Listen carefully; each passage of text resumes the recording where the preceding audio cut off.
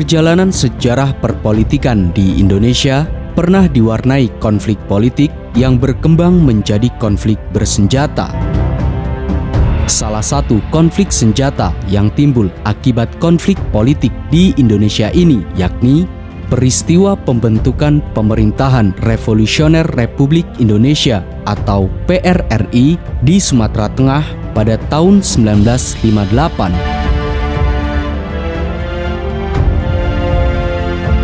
Dalam lintasan sejarah Indonesia, peristiwa pembentukan Pemerintahan Revolusioner Republik Indonesia atau PRRI yang terjadi pada tahun 1958 hingga kini masih menjadi salah satu topik sejarah yang kontroversial. Karena pada umumnya, narasi sejarah yang termaktub dalam beberapa buku pelajaran sejarah, peristiwa Pemerintahan Revolusioner Republik Indonesia atau PRRI merupakan suatu aksi pemberontakan ataupun pergolakan daerah. Namun, sejumlah pihak punya pandangan yang berbeda. Selain para tokoh PRRI yang kerap menolak dikatakan sebagai pemberontak, para tokoh PRRI ini juga mengaku dan menyebut bahwa peristiwa pembentukan Pemerintahan Revolusioner Republik Indonesia atau PRRI merupakan sebuah gerakan koreksi terhadap pemerintahan pusat yang kian condong ke kiri serta koreksi atas terjadinya berbagai kesenjangan pembangunan ekonomi antara pusat dan daerah.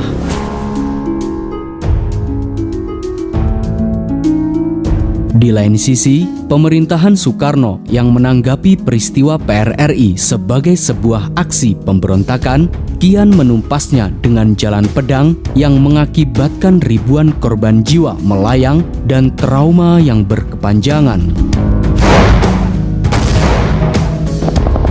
Video ini merupakan video bagian pertama yang hendak menjelaskan apa yang melatar belakangi pembentukan PRRI, mengapa PRRI melakukan sejumlah langkah yang berani terhadap pemerintahan Soekarno, dan apakah PRRI dikategorikan sebagai pemberontakan atau aksi koreksi terhadap pemerintahan? Kalau kata-kata saja tidak dapat menyehatkan jiwa yang keblinger, apa boleh buat? Suruhlah senjata berbicara satu bahasa yang lebih kuat lagi.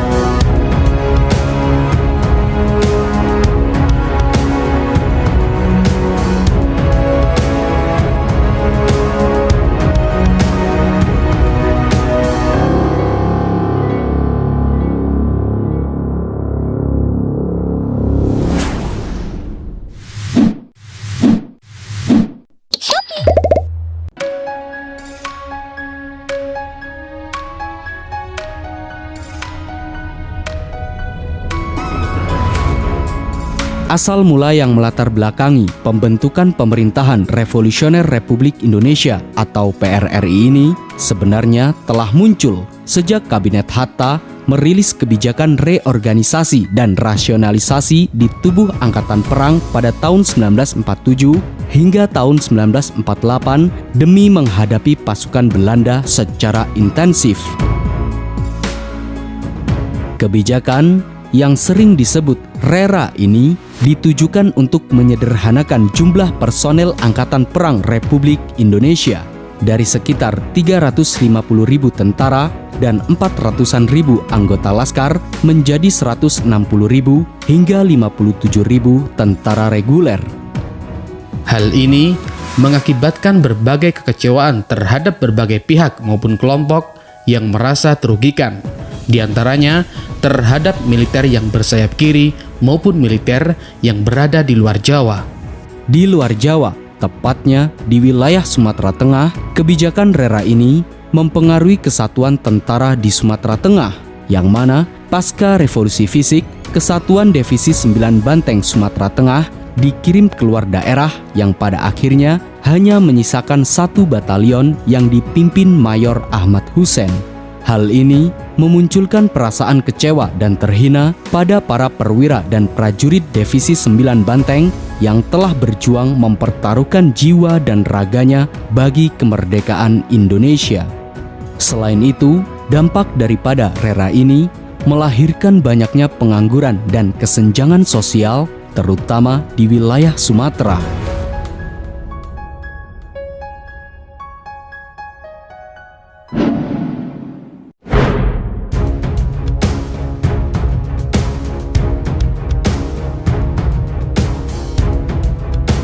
Selain kebijakan rera yang merugikan sebagian besar militer di Sumatera, seiring berjalannya waktu, pasca pemilu 1955 yang menempatkan Partai Komunis Indonesia atau PKI sebagai pemenang pemilu posisi keempat, membuat kekhawatiran tokoh perwira menengah Angkatan Darat terhadap pengaruh komunis semakin kuat. Hal ini berdampak bertambahnya kekuatan PKI yang membuat sentralisasi semakin merajalela. Di antaranya, munculnya ketimpangan pembangunan yang hanya dipusatkan di Jawa saja, padahal Sumatera merupakan bagian dari Republik Indonesia. Bahkan, menurut Mr. Muhammad Yamin yang termaktub dalam Sumatera Bergolak, kala itu Sumatera merupakan penghasil devisa terbesar di Indonesia. Namun, hasilnya sebagian besar hanya dinikmati oleh Jawa. Kekecewaan sebagian besar warga Sumatera, termasuk Divisi Banteng pimpinan Ahmad Hussein ini, membuat para perwira dan para tokoh daerah Sumatera melakukan sejumlah langkah yang ditujukan untuk mengoreksi pemerintahan pusat.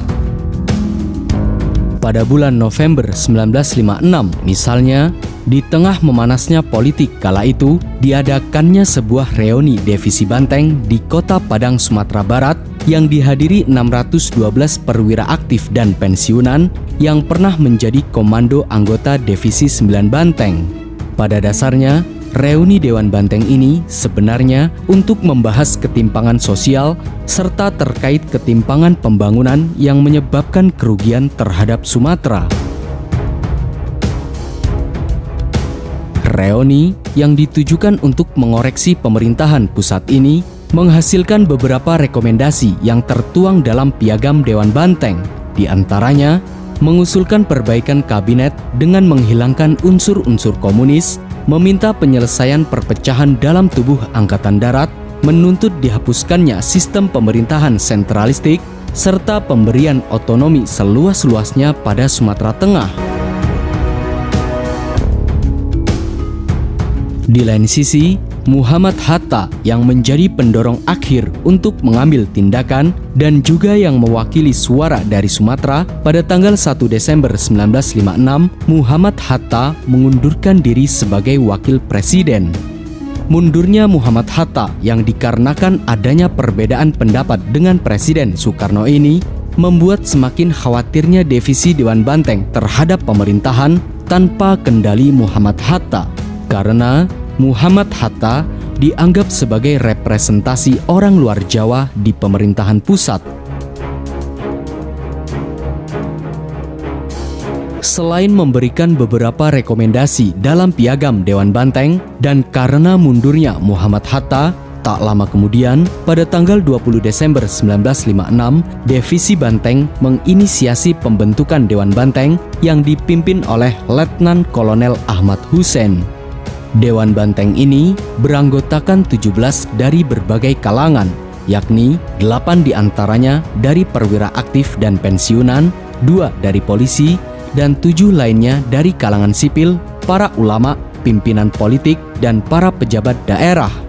Bahkan, untuk merealisasikan tujuan daripada Piagam Dewan Banteng ini, para anggota elit Divisi Banteng juga mendengarkan keluhan-keluhan masyarakat sejak setelah kemerdekaan Indonesia dengan tujuan membenahi sentralisasi pemerintahan dan mensejahterakan masyarakat Sumatera. Sehari setelah pembentukan Dewan Banteng, pada tanggal 21 Desember 1956, Letkol Ahmad Hussein mengambil alih kekuasaan pemerintahan Sumatera Tengah dari Gubernur Ruslan Muloharjo. Namun, tindakan Dewan Banteng ini tidak mendapatkan teguran dari pemerintahan pusat, yang pada akhirnya Letkol Ahmad Hussein ditetapkan menjadi pimpinan pemerintah Sumatera Tengah.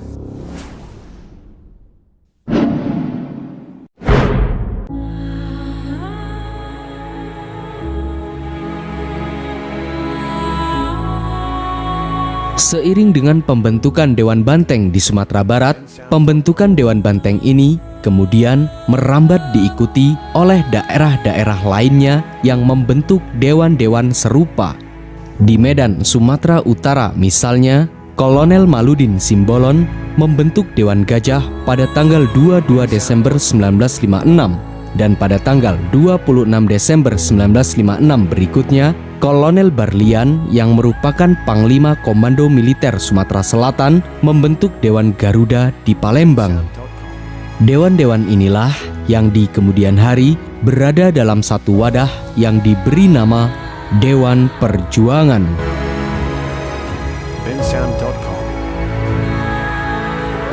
Seiring dengan berjalannya Dewan Perjuangan, pada sepanjang tahun 1957, di bawah pimpinan Kolonel Ahmad Hussein, penguasa wilayah Sumatera Tengah, mengadakan penjualan hasil bumi sendiri ke luar negeri.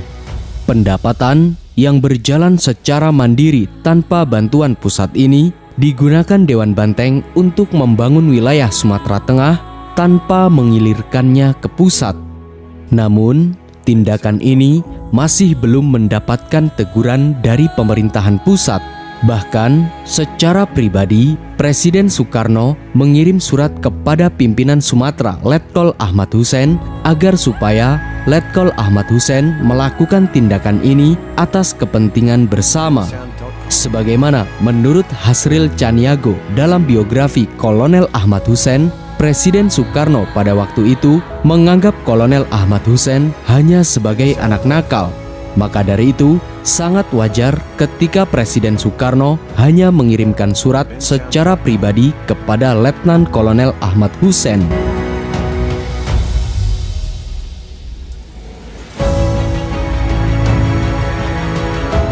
Selain hubungan dagang, pada sepanjang tahun 1957, sejumlah tokoh militer di Sumatera Tengah ternyata telah menjalin kontak dengan pihak intelijen Amerika Serikat atau CIA. Di tengah situasi Perang Dingin, CIA aktif memberikan dukungan terhadap kelompok anti-komunisme yang digalakan para petinggi militer di Sumatera Tengah. Berbagai sumber mengatakan, selain memberangus komunisme, CIA juga berniat menggoyahkan pemerintahan Presiden Soekarno. Bahkan, kala itu CIA mengambil kesempatan di tengah pergerakan Dewan Banteng untuk menggoyahkan dan menjatuhkan Presiden Soekarno. Dengan begitu, sejumlah negara termasuk pihak CIA memberikan sejumlah bantuan dana maupun senjata. Namun, meski menerima dengan tangan terbuka, para tokoh Dewan Banteng yang dipimpin Letkol Ahmad Hussein ini tidak mempunyai kepentingan sama sekali dengan CIA dan hanya berniat agar tuntutan-tuntutannya dalam piagam Dewan Banteng ini disetujui oleh pemerintahan pusat.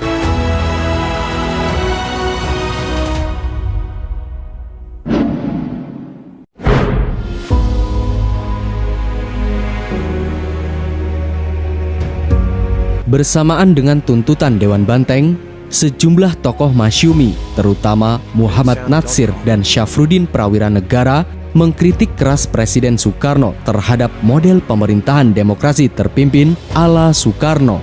Akibatnya, muncullah suatu intimidasi dan teror dari kelompok pendukung Soekarno terhadap tokoh Masyumi di Jakarta yang mengakibatkan tokoh-tokoh Masyumi ini lari ke Sumatera dan bergabung dengan Dewan Banteng atau Dewan Perjuangan atau yang nantinya menjadi PRRI. Menyusul tidak terpenuhinya tuntutan Dewan Banteng oleh pemerintahan pusat, akhirnya pada awal tahun 1958, sejumlah tokoh politik dan militer di Sumatera Tengah menggelar pertemuan di Sungai Dareh. Dalam pertemuan ini, para tokoh Dewan Banteng berkeinginan agar memisahkan diri dari Republik Indonesia.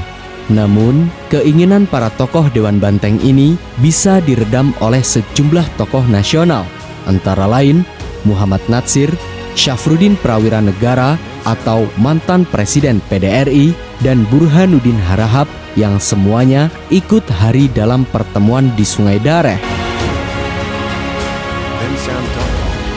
Tak lama setelah pertemuan di Sungai Dareh, dan karena berbagai tuntutan tidak pernah direspon oleh pemerintahan pusat, akhirnya pada tanggal 10 Februari 1958, para tokoh Dewan Banteng mengeluarkan 3 ultimatum kepada pemerintah pusat. Pertama, tuntutan pembubaran Kabinet Juanda dalam waktu 5 kali 24 jam.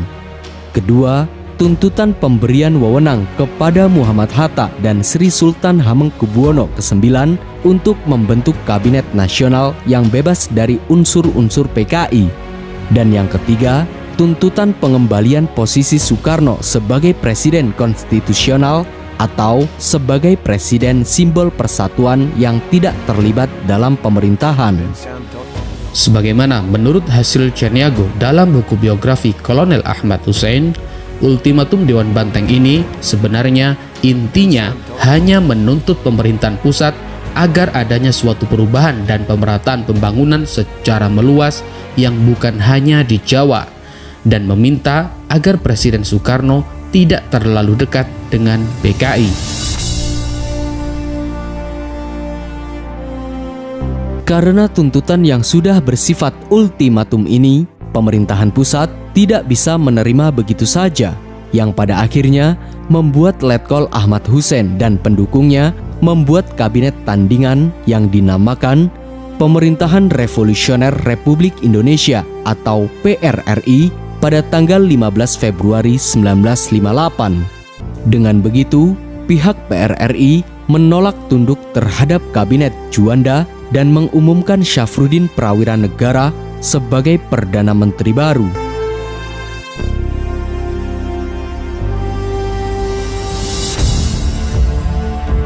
Terbentuknya PRRI atau Proklamasi Pemerintahan Revolusioner Republik Indonesia atau PRRI ini mendapat sambutan hangat dari masyarakat Indonesia bagian timur. Tidak lama setelah proklamasi PRRI dilakukan, pasukan Gerakan Permesta juga memutuskan untuk bergabung ke dalam kelompok PRRI. Dalam rapat raksasa yang diselenggarakan di beberapa daerah, Kolonel DJ Simbolon menyatakan bahwa pada tanggal 17 Februari 1958, Komando Daerah Sulawesi Utara dan Sulawesi Tengah menyatakan putus hubungan dengan pemerintahan pusat dan mendukung PRRI.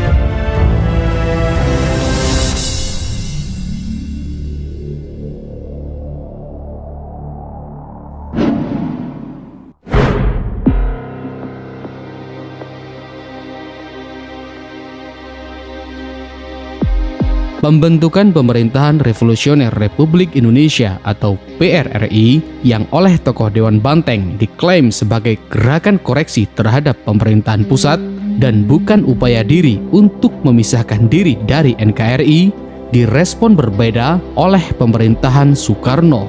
Kala itu, Presiden Soekarno yang baru pulang dari Eropa Timur mendapat laporan dari Perdana Menteri Juanda terkait kemunculan yang ia sebut sebagai pemberontakan, yakni PRRI di Sumatera Tengah dan Permesta atau Perjuangan Rakyat Semesta di Sulawesi.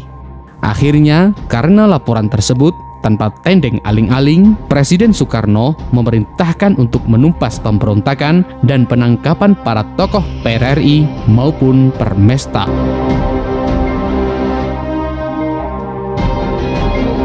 Tindakan pemerintahan Soekarno untuk menumpas pergerakan PRRI Permesta ini, menurut beberapa peneliti sejarah, merupakan tindakan yang terburu-buru tanpa adanya kajian yang menentukan.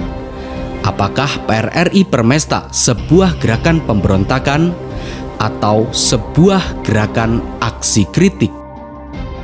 Bahkan dalam penumpasan PRRI Permesta ini tidak sedikit menelan korban jiwa. Meski begitu, sebelum operasi dilakukan, tindakan pemerintahan Soekarno ini ditentang oleh sebagian kalangan. Pimpinan Masyumi dan PSI yang berada di Jakarta misalnya, kala itu mereka berupaya mendesak adanya perundingan dan penyelesaian secara damai. Namun, pada akhirnya, pemerintahan pusat atau pemerintahan Soekarno melakukan tindakan keras dengan memerintahkan militer Angkatan Darat, Laut, dan Udara yang tergabung dalam APRI untuk melakukan penumpasan pemberontakan dan penangkapan para tokoh PRRI Permesta. Kalau kata-kata saja tidak dapat menyehatkan jiwa yang keblinger, apa boleh buat? Suruhlah senjata berbicara satu bahasa yang lebih kuat lagi. Untuk menumpas pemberontakan PRRI Permesta, pemerintahan pusat membentuk satuan militer yang berasal dari 3 kesatuan yang dimiliki Angkatan Perang Republik Indonesia atau APRI. Satuan Tempur Angkatan Darat, Laut, dan Udara ini diberi nama sandi Operasi 17 Agustus yang dipimpin oleh Kolonel Ahmad Yani. Untuk menjalankan operasi penumpasan PRRI Permesta, Kolonel Ahmad Yani pertama kali mendaratkan pasukan APRI di Sumatera Tengah pada tanggal 17 April 1958 melalui jalur laut. Pasukan ini masuk dari Pantai Padang pada pukul 6.00 waktu Indonesia Barat pagi hari. 6 jam kemudian, Kota Padang berhasil dikuasai pasukan APRI tanpa adanya perlawanan yang berarti.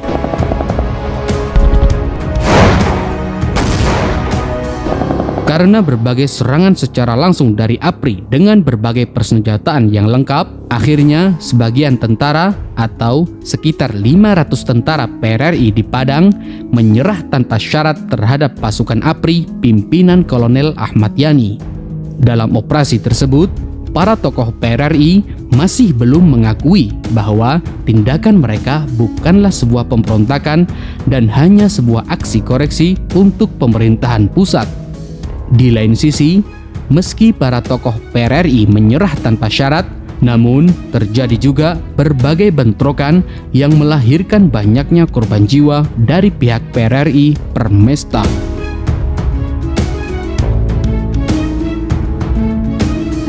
Setelah berhasil merebut kota-kota di Sumatera Tengah, pasukan APRI kemudian menggelar operasi pembersihan dengan menyasar kampung-kampung dan hutan rimba di wilayah Sumatera Tengah. Dampaknya didirikanlah pangkalan militer dengan ketat oleh pemerintahan pusat untuk mengawasi pergerakan yang mungkin akan terjadi lagi di Sumatera Tengah. Dalam hitungan bulan, kota-kota penting lain di wilayah Sumatera Tengah berhasil dikontrol dan dinyatakan aman oleh APRI. Sementara itu, pasukan PRRI yang terdesak masuk ke kampung-kampung dan hutan rimba yang dulunya menjadi markas perjuangan PDRI.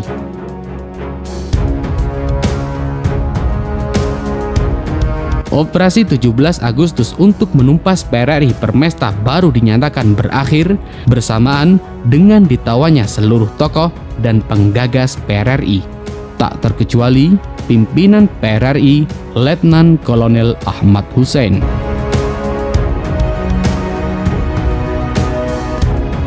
Setelah mengungsi selama 3 tahun dan bersedia turun gunung serta menyatakan setia pada Republik Indonesia, pada tanggal 23 Juni 1961, Letkol Ahmad Hussein dan para tokoh PRRI ditangkap dan ditahan pemerintah tanpa pernah diadili. Meski begitu, pemerintahan pusat memberlakukan darurat militer di wilayah Sumatera Tengah.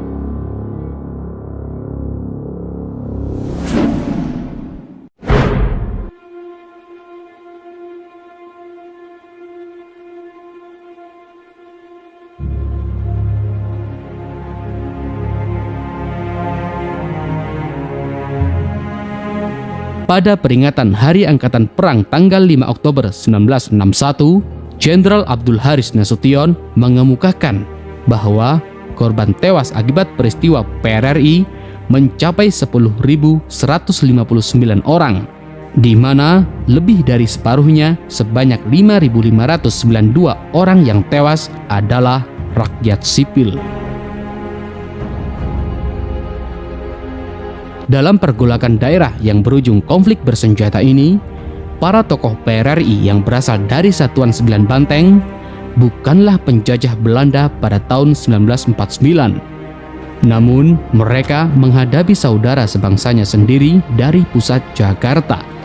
Bahkan, menurut beberapa sejarawan misalnya, mengatakan bahwa kondisi konflik PRRI Permesta ini sama halnya seperti kolonialisasi terhadap daerahnya sendiri. Seperti halnya kolonialisasi Belanda terhadap Indonesia saat menjajah Indonesia, atau bisa dikatakan kolonialisasi Jakarta terhadap Sumatera.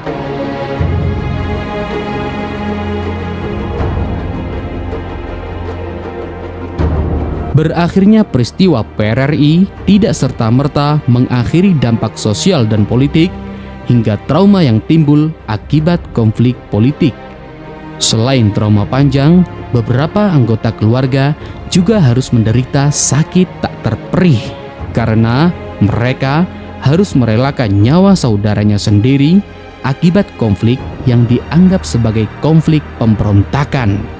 Tak sedikit warga sipil maupun militer yang kehilangan nyawanya.